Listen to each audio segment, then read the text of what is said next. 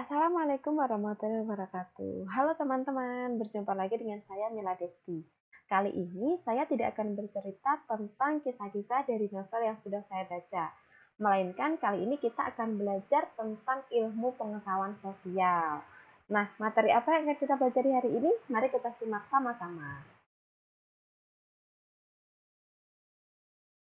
Materi yang akan kita pelajari hari ini adalah materi mobilitas sosial. Ini khusus untuk kelas 8. Kalau misalkan kita ini berbicara tentang mobil, pastilah yang ada di benak kita adalah sarana untuk berpindah dari tempat yang satu ke tempat yang lain. Dalam ilmu masyarakat ada juga yang disebut dengan mobilitas sosial. Mobilitas sosial adalah perpindahan status sosial yang dimiliki seseorang atau kelompok ke status sosial yang lain dalam masyarakat. Nah, bentuk mobilitas sosial ini dibagi menjadi dua. Kalau kita melihat garis yang ada di gambar, ada garis yang berdiri dan juga ada garis yang miring atau tidur. Garis yang berdiri ini disebut dengan garis vertikal dan garis yang miring disebut juga dengan garis yang horizontal.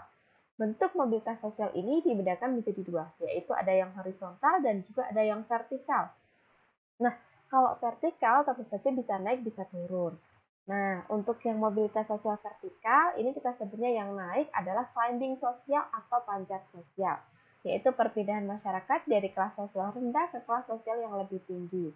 Contohnya adalah misalkan nih ya, Pak Andi ini adalah seorang karyawan di perusahaan atau di pabrik tertentu. Nah, karena Pak Andi ini rajin, karena Pak Andi ini ulet, karena Pak Andi ini giat bekerja, kerjaannya bagus, Pak Andi ini ditawari menjadi manajer di pabrik tersebut.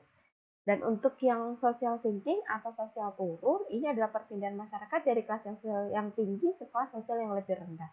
Contohnya nih, misalkan Pak Andi ini adalah seorang pemilik pabrik. Karena dia pemilik pabrik, dia tidak punya cukup ilmu yang baik untuk mengelola pabriknya, tiba-tiba pabriknya hancur karena sifat borosnya.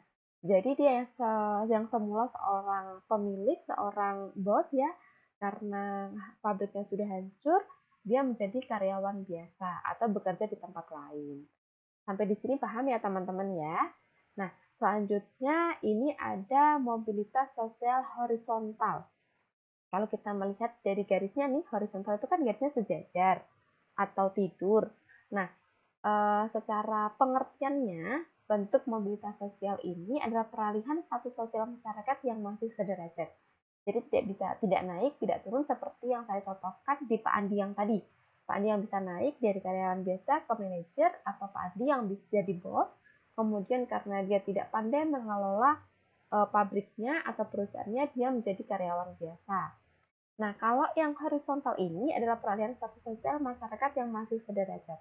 Contohnya, Bapak Andi adalah kepala sekolah di salah satu SMP negeri di Kabupaten Bandung. Kemudian, Pak Andi ini dipindahkan menjadi kepala sekolah SMP di Kota Bandung atau di tempat yang lain. Jadi sama-sama masih kepala sekolah, namun tempat bekerjanya berbeda. Jadi tidak ada naik, tidak ada turun, tapi masih sederajat. Sampai di sini paham ya teman-teman untuk bentuk mobilitas sosial. Selanjutnya, faktor pendorong dari mobilitas sosial ini ada 6 faktor. Yang pertama adalah faktor struktural, kemudian faktor sosial, kemudian faktor ekonomi, politik, akses pendidikan, dan juga individu. Nah, yang pertama ini adalah faktor struktural. Faktor struktural ini terkait dengan kesempatan seseorang untuk menempati sebuah kedudukan serta kemudahan untuk memperolehnya. Saya kasih contoh, gambar di samping kanan ini adalah gambar-gambar presiden-presiden dari Republik Indonesia. Ada presiden yang pertama sampai presiden yang menjabat sekarang. Saya kasih contoh, ini misalkan faktor struktural adalah berdasarkan pemilihan umum. Jadi siapapun di Indonesia berhak atau berkesempatan untuk menjadi orang nomor 1 di Indonesia. Tentu saja dengan kualifikasinya ya. Selanjutnya yaitu ada faktor sosial. Nah, kalau kita melihat foto di sampingnya, ini ada salah satu dari Royal Family di Inggris, yaitu Kate Middleton dan juga Pangeran William bersama anak-anaknya. Ketika lahir, manusia sudah membawa status sosial dari keluarganya. Contohnya ada yang berkelas bangsawan seperti Pangeran William ini. Tapi di istrinya, si Kate Middleton ini, sebelumnya dia bukan terlahir sebagai bangsawan. Karena dia menikah dengan Pangeran William, dia berstatus bangsawan juga, masuk ke dalam keluarga royal family. Selanjutnya ada faktor ekonomi. Jika situasi ekonomi dalam masyarakat cenderung baik, maka mobilitas sosial pun dapat terwujud. Kenapa begitu? Karena misalkan faktor ekonomi di suatu negara ini baik, otomatis lapangan pekerjaan akan terbuka. Jadi seseorang bisa mencapai status ekonomi yang baik, otomatis status sosialnya di masyarakat akan ikut naik juga.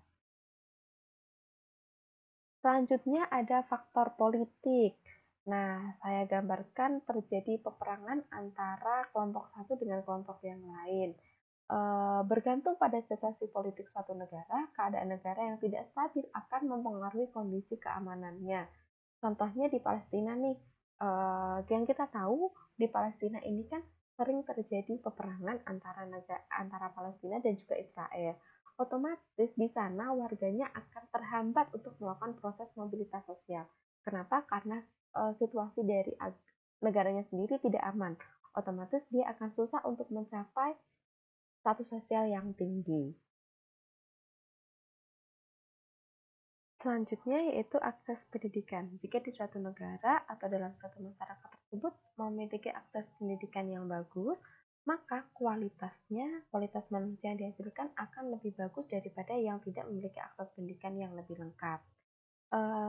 Akses pendidikan ini sangat penting untuk mencapai mobilitas sosial yang tinggi dalam masyarakat, dan masih banyak pendidikan ini dijadikan sebagai saluran untuk memperoleh atau mencapai status sosial yang tinggi. Faktor yang terakhir adalah faktor individu. Faktor individu merupakan faktor yang paling penting dalam proses mobilitas sosial. Diperlukan sikap optimis, pantang menyerah, dan juga tawakal untuk mencapai status sosial yang tinggi dalam suatu masyarakat. Nah, kenapa saya mengikutkan tawakal dalam faktor individu ini? Karena sesuatu yang kita lakukan tentu saja harus berdekatan dengan Tuhan. Kalau misalkan optimis, pantang menyerah saja, itu tidak akan cukup kalau kita tidak tawakal. Kita harus berpedoman bahwa sesuatu yang terjadi dalam diri kita adalah yang terbaik untuk kita. Jadi sikap optimis, sikap pantang menyerah ini harus disertai juga dengan sikap tawakal. Suatu kembali kepada Tuhan. Nah, ilustrasinya adalah seperti gambar di samping, yaitu seorang anak yang terasa puas sekali, terasa sangat semangat sekali, optimis sekali untuk mencapai hal-hal yang ingin dia capai di suatu pertandingan sepak bola. Nah, gambarannya seperti itu teman-teman untuk materi mobilitas sosial kali ini. Tentu saja kita harus melakukan suatu evaluasi untuk mengukur diri kita sendiri. Nah, saya minta kepada teman-teman tugasnya hari ini adalah amatilah lingkungan di sekitar kalian, kemudian tulislah contoh mobilitas sosial yang ada di sekitar kalian. Tulisnya nggak usah banyak-banyak, kasih contoh yang simpel-simpel aja. Saya minta teman-teman untuk menuliskannya di kolom komentar. Ya, saya tunggu tugasnya sampai hari ini. Dan terima kasih untuk waktunya sudah menyaksikan video kali ini. Kita bertemu lagi di video selanjutnya ya. Assalamualaikum.